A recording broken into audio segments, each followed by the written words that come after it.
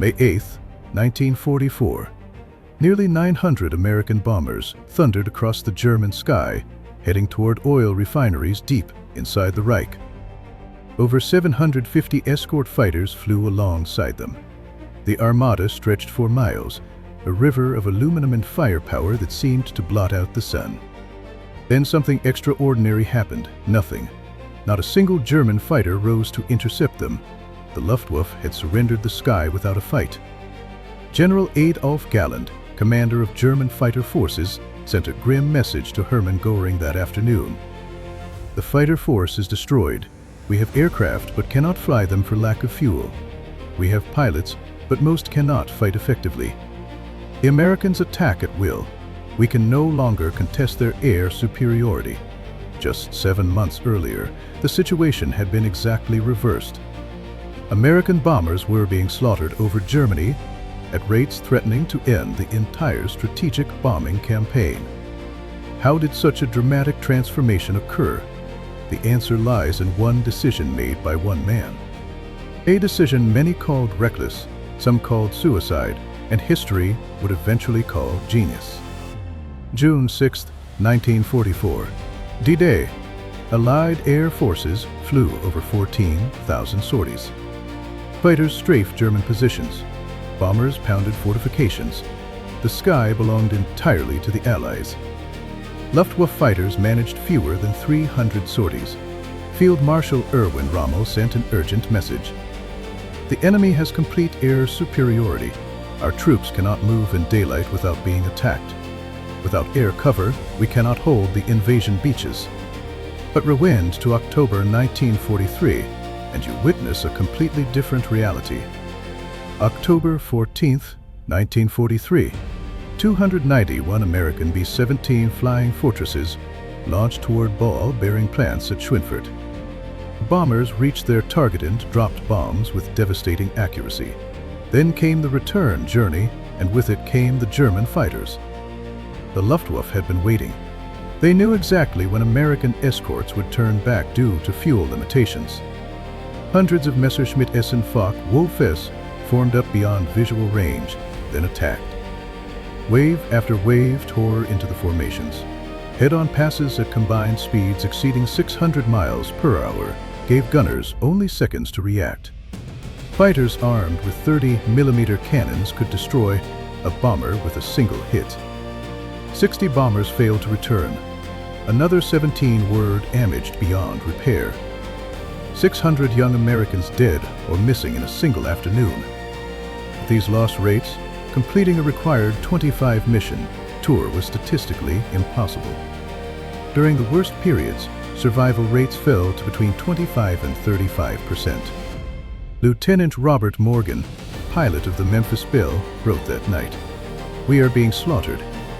The fighters turn back at the German border, and we fly on alone into hell. We need the fighters to go all the way with us, or we need to stop flying." The bomber crews lived in a nightmare. Each morning they gathered for briefings, watched intelligence officers reveal route maps. Red ribbons, stretching deep into Germany, revealed their fate. Men calculated their odds of survival. Men wrote letters before every mission, not knowing if they would return. Some stopped writing altogether, unable to bear repeated farewells. The fundamental problem was devastatingly simple. American escort fighters lacked trains to accompany bombers to distant targets. The P-47 Thunderbolt could only escort about 300 miles before turning back. Over Schweinfurt, escorts turned back almost 300 miles from the target. For those final miles, bombers were completely alone. German tacticians exploited this ruthlessly. They knew exactly when American escorts would reach fuel limits. They waited beyond that invisible line, gathered strength, then attacked with overwhelming force. The bomber crews could watch their protectors turning away, knowing what was coming next.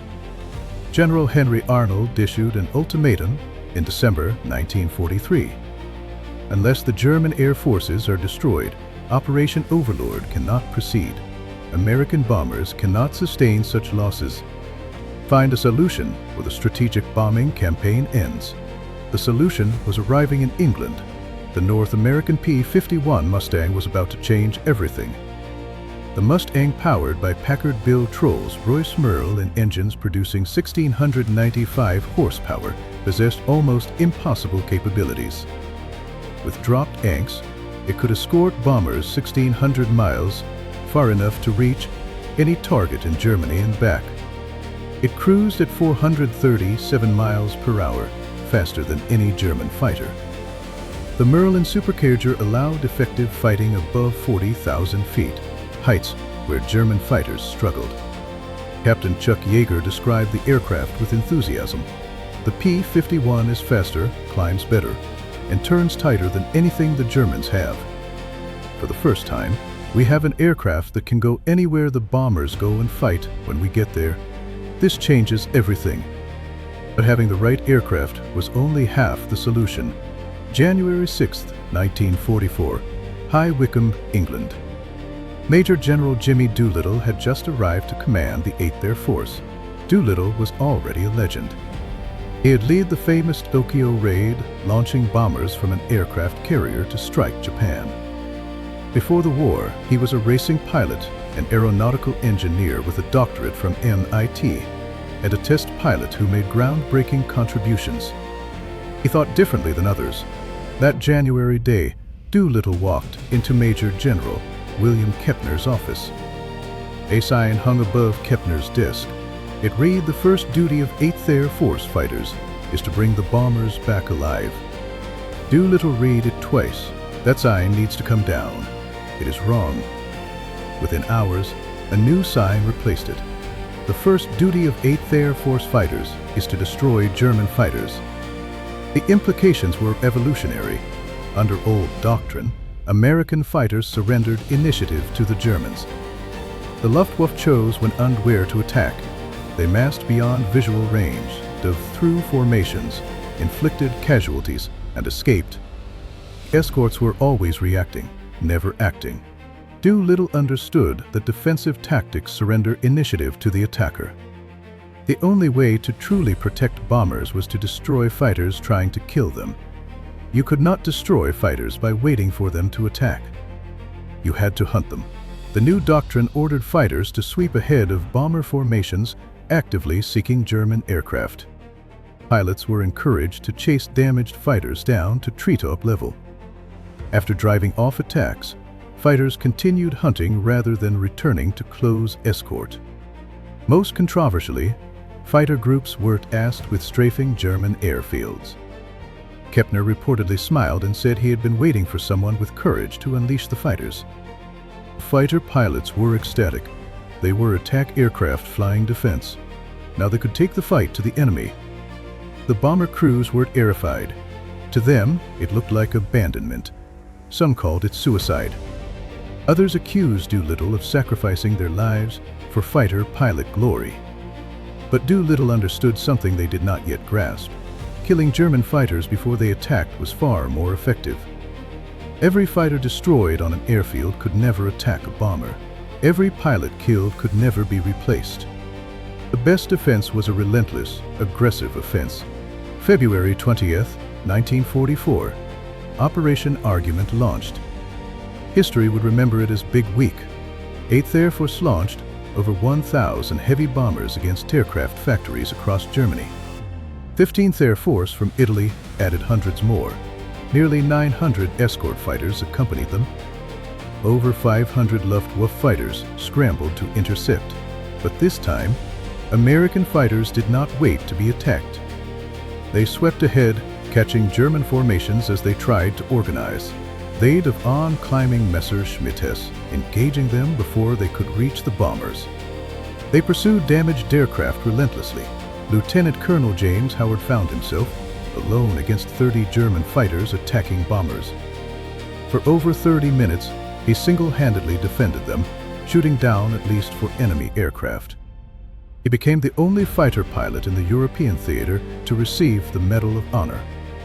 After 6 days, Americans had lost 226 bombers and 28 fighters. The Luftwaffe lost over 355 fighters and more than 150 pilots killed. For the first time, Americans were winning the war of attrition. March 6, 1944, American bombers struck Berlin itself. The Germans threw 500 fighters against the formation, the largest aerial engagement of the European War. Americans lost 69 bombers and 11 fighters, but Germans lost 160 aircraft destroyed. Nearly 70 experienced pilots were killed or wounded in a single day. Captain Johannes, we survived and wrote that evening. Today, I watched the German fighter arm die. We threw everything against them, and it was not enough. They shot us down faster than we could shoot them down. Their losses are temporary. Ours are permanent. The war is lost.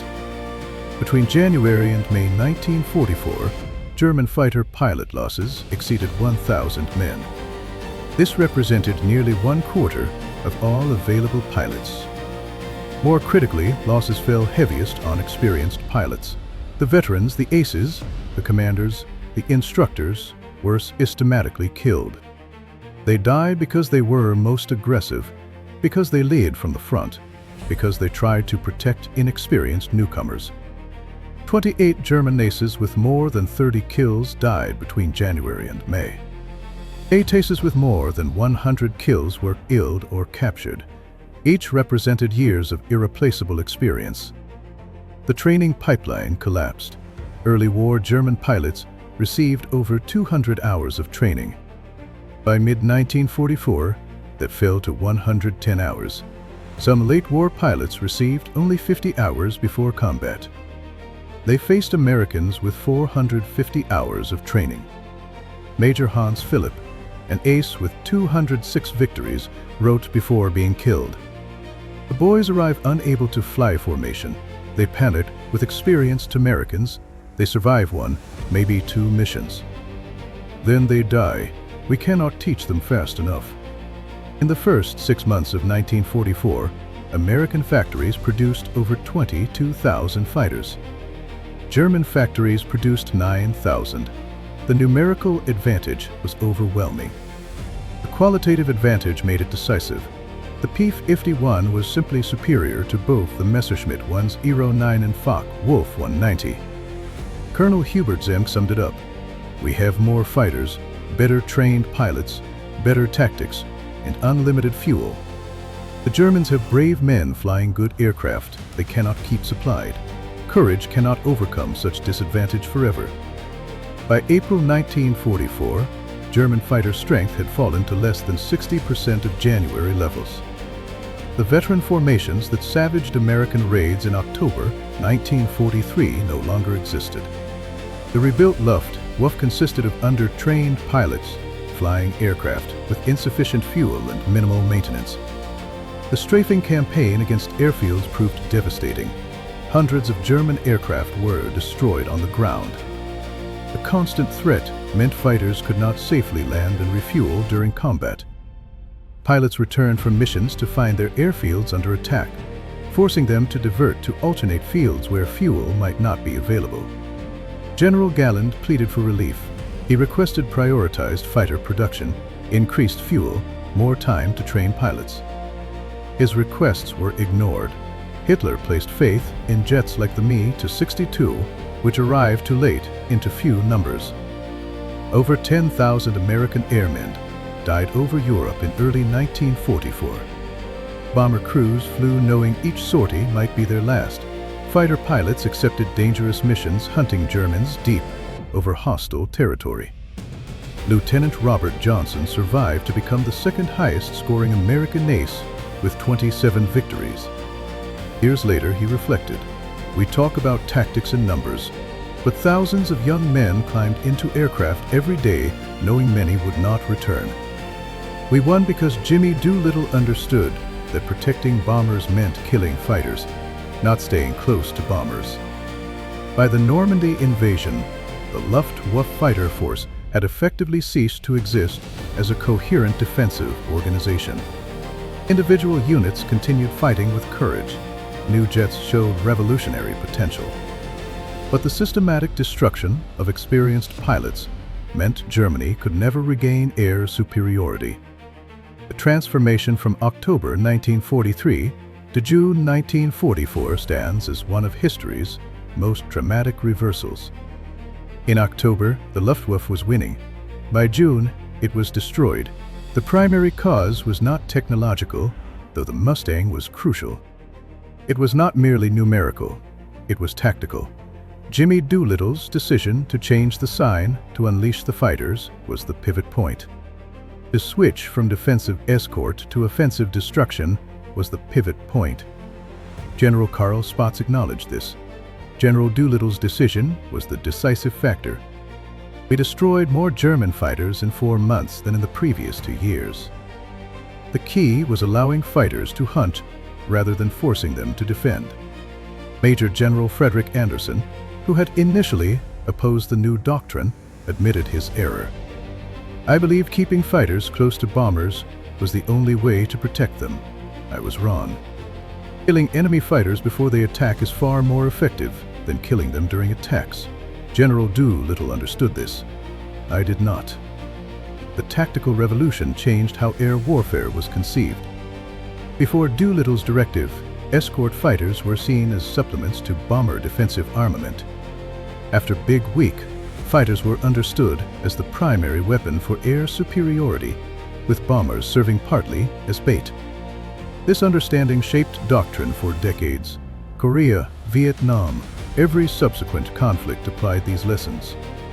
Air superiority comes from destroying enemy aircraft proactively, not protecting friendly aircraft reactively.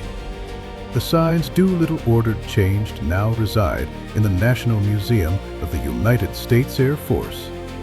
The original sign hangs next to its replacement. Together, they tell the story of a tactical revolution. For bomber crews who survived, many credited Doolittle's decision with their survival. They had initially opposed it as abandonment. Experience taught them otherwise. The best defense truly was a good offense.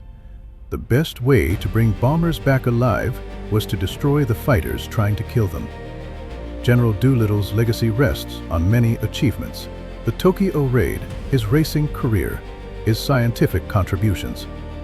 But historians increasingly view his command in early 1944 as his most significant contribution to victory.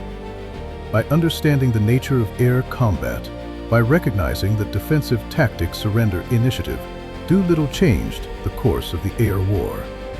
By having courage to implement a strategy that initially terrified those he was protecting, Doolittle changed the course of the air war. The destruction of the Luftwaffe was not accidental. It was the product of deliberate strategy that replaced defensive caution with offensive destruction. One general had insight others lacked. One decision changed the entire dynamic. One sign summarized the revolution. The first duty of 8th Air Force fighters is to destroy German fighters. Everything else followed from that simple truth. If you want more hardcore breakdowns of history's most decisive strategic decisions, hit that like button and subscribe. I am your strategy observer. I will see you on the next battlefield.